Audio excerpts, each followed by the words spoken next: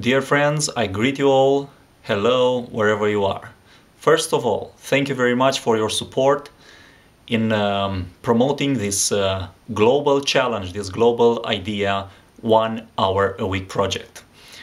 Secondly, I would like to thank you for your feedback, for your reactions, and for, of course, for the corrections we had to make. Thank you very much. Thirdly, I would like to apologize in some way, not being an English speaker, native English speaker. I suppose I might have some grammar mistakes in this video, so I apologize for that in advance. Why this video? This video has the purpose of answering one of your questions that I have received during this interaction with you on Facebook. Why 1 hour a week? Why this challenge? I think it's a good question. Why 1 hour a week? And in order to have this answer for one hour a week, we have to define a little bit the context and the background in order to have a good answer. At least the answer I would like to provide for you. I hope that this answer is going to satisfy you as well. Well, in order to define this, in order to have the answer for why 1 hour a week, we have to look a little bit at the background. And the background for this project has a few texts which are very important in order to launch, were very important in order to launch this idea globally. First of all, I think we all recognize that we have come to a point where the church became somehow isolated. Not only our church, not only the Seventh-day Adventist Church, but the church as a whole, the Christian church. We live in a postmodernistic world where the truth is it's seen in relativistic ways, and we have no more absolutes. So we have to deal with this kind of mentalities, and we have seen that more or less some studies say that we tend to have programs for us, within us, and with us. So we have to do something in order to get the influence beyond the fence of the church or beyond the programs of the church. So in order to come with some foundations for this idea, I have looked a little bit of on the model of Jesus. Jesus had an example, and Ellen White tries to help us to understand this in her book Ministry of Healing, where she says that only Christ's method alone will give true success in reaching the people. And she says the Savior mingled with people as the one who desire their good. As you have seen in our Facebook page, on our cover photo, there is this idea, as the one who desire their good. 1 hour a week as the one who desire their good. You see, Jesus desired the good of the people. He showed them sympathy. He ministered their needs, won their confidence, and then he bade them follow me. In order to have disciples, we need to win the confidence. How do we win the confidence? Without doing nothing.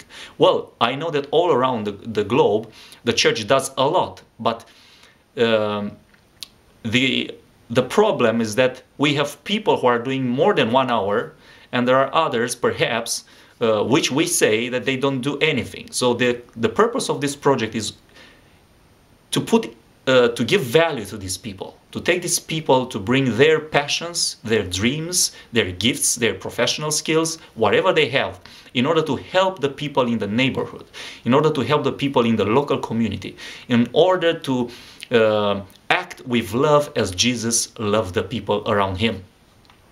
Another biblical example I would like to share with you is that of Job. As you know, Job was the person that it is reminded in some of the books of the prophets. And Job takes part in the trio, as we say, in Noah, Daniel, and Job. And Job, I just want to give you this chapter that in order to read it for yourself to see what impact has Job in his society. And I don't think this book is just poetry, and I don't think just Job speaks just for speaking. No. His way of acting in society helped the society trust him.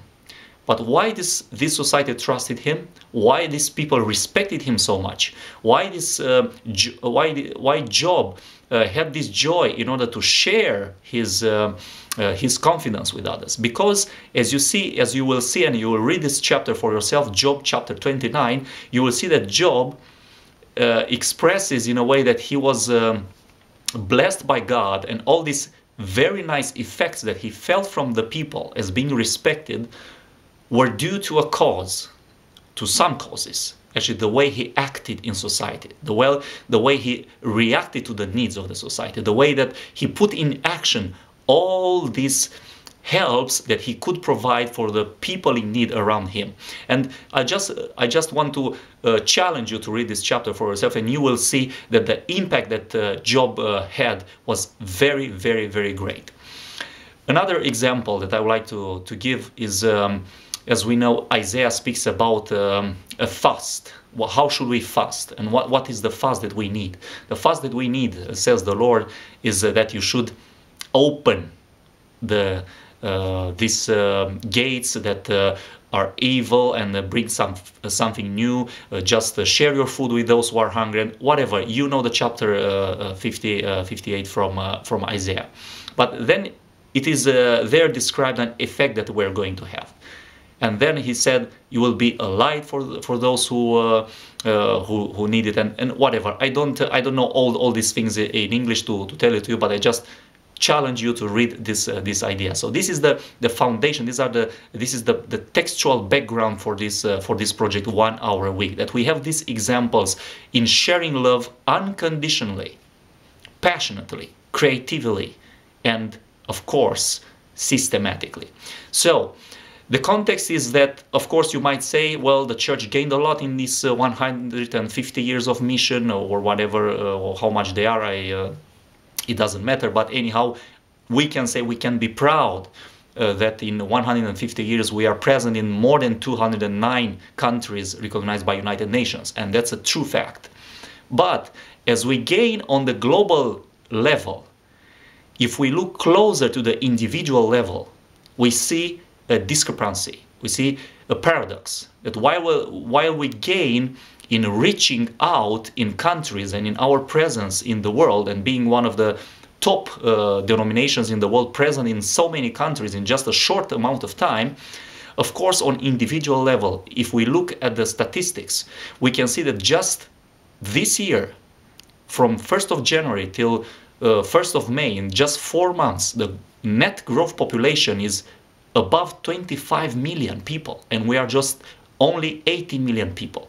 So the purpose of this 1 hour a week project is to get out the people and to share their passion, their dream, in order to help the community as Jesus did, as Job did, and as all these people who were motivated by love and shared and helped the society and the neighborhood.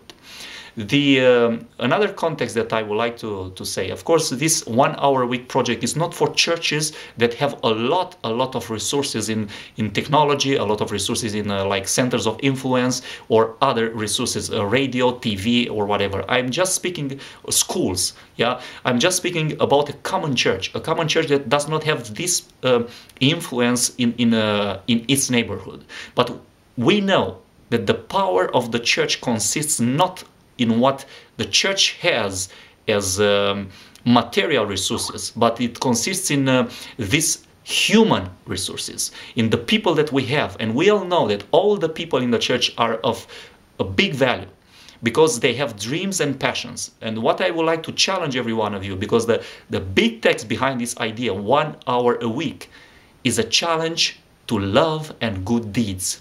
You set aside 1 hour a week and share your dream, your passion in the neighborhood. You find 1 hour in order to share with the neighbors, perhaps with the friends, perhaps with the colleagues, colleagues from your job, or with the colleagues from your class, the classmates, whatever. Let's say you are a musician, you just give a free concert in the church. Let's say you are a mathematician, you are a teacher, you teach classes for free for those who need these classes. Whatever the idea, I just want to challenge you to be creative. Just want to challenge you that you put in value whatever you are and whatever you have. So the big purpose of this project is to get as many people as possible in order to share individually and to have an individual impact in society. And before I close, I just would like to say that the text of Hebrews in chapter 10, verse 24, where whoever wrote this book, either it's Paul or some other writer, the point that he says is that we have to encourage ourselves in love and good deeds.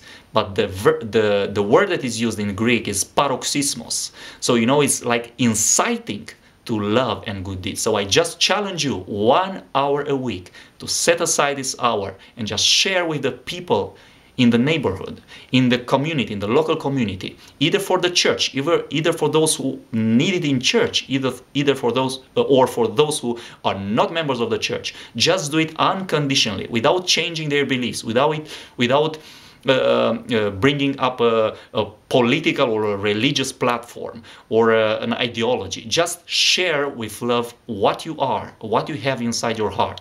Either you find it or not, you will find it one day. But I think you are a value that the church must appreciate. And I really would like to challenge you to this project. Another thing, and I would like to close, is the fact that this global community, if it shares 1 hour, sets aside, all the church around the globe, 1 hour a week. I've just put this video so we can visualize the impact that we can have together as a family. So I just challenge you to speak with the leaders of the church, with the board, with the pastor, whatever, and just share with them this idea. Ask for help in order to perhaps for them to provide you the place, the church, and all these tools that the church has in order to implement this project in the local community. I think if we go with love and we are driven by love, people will react with love. We don't have to change the world as we think sometimes we have to change. We have to change with ourselves. I think we are the start. We have to set aside this 1 hour a week systematically, 52 times a year. It's a commitment with every one of us. I'm going to do it 1 hour, at least 1 hour a week. At least 1 hour a week. So my dear friends, thank you for your support. Thank you for your sharings. Thank you for your reactions and feedback. I'm waiting with great ideas from all around the world that much can be done.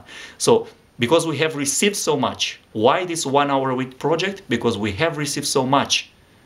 We can share a little bit in order to help others. You know that Jesus had a purpose in his life, to make the people around him happy. So whatever you are, whatever you do, whatever is your passion and your skill and your professional skill, your talent, your spiritual gift, whatever, share it with the world. The world will thank you. That's for sure.